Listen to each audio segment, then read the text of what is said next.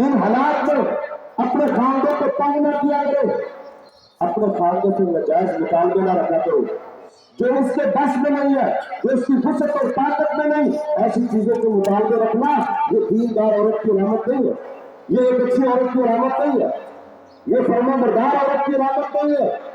ایسی عورت مصروف ہے جو اپنے خاندان کے کمائی اور اس کی مزدوری اور اس کی محنت اور اس کی تنخواہ سے زائد اور بڑے مطالبے رکھتی ہے، اس کو صبر و شکر کے ساتھ گزارا کرنا چاہیے، خاندان کے ذمہ اس کے حقوق ادا کرنا، عورتوں کو اپنے خاندان کی ناشکری سے باز آ جانا چاہیے اور لال کام نہیں کرنے چاہیے، چھوٹی چھوٹی بات پر اپنے بچوں کو لال کام کرنا، اپنے خاندان کے بارے میں غلط جملے بولنا، لوگوں کے بارے میں غلط جملے بولنا، یہ عورتوں کی عام عادت ہے۔ میں اپنے ماں بہنوں سے گزارش کروں گا ان چیزوں کو کنٹرول کرے، اپنے آپ پر کنٹرول کرو، ان چیزوں سے باز آ جائے، یہ بہت بڑے جرم ہے۔ اللہ تعالیٰ ہماری ماں بہنوں کو اس سے محفوظ فرمائے۔ تو ایک عورت 5 نمازیں پڑھے،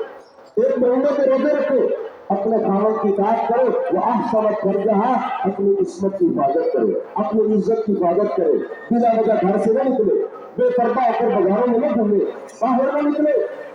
اپنے خاوند کی عزت کا خیال رکھے، اس کی عزت اور عزت کو ڈھاکہ نہ ڈالے، اپنے خاوند کی عزت کو مٹی میں نہ رولے،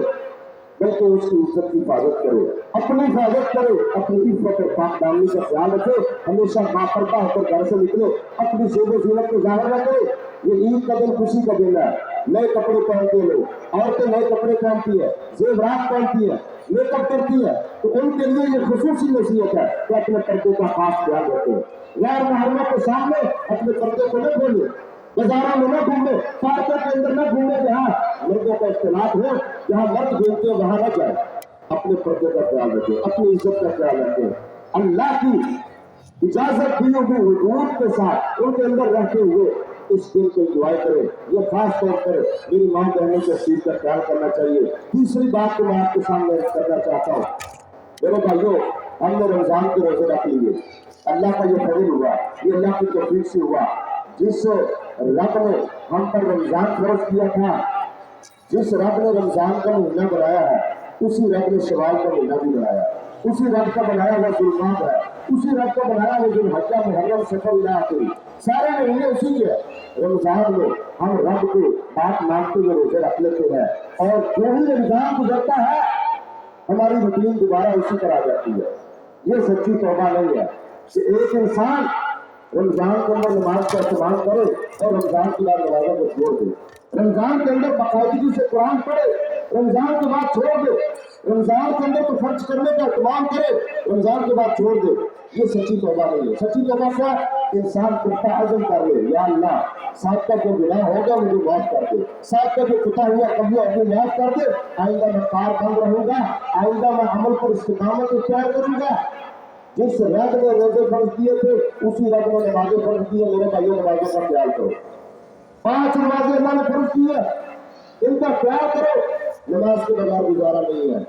نماز کے بغیر نجات نہیں ہے، نماز کی چھٹی نہیں ہے۔ نمازوں کا خیال کرو، خود بھی اپنے بیوی بچوں کی نمازوں کا بھی خیال کرو اور اپنے ان اعمال پر دوام کرو۔ میں آپ سب سے گزارش کرتا ہوں، اللہ سے وعدہ کرو کہ ہم قرآن مجید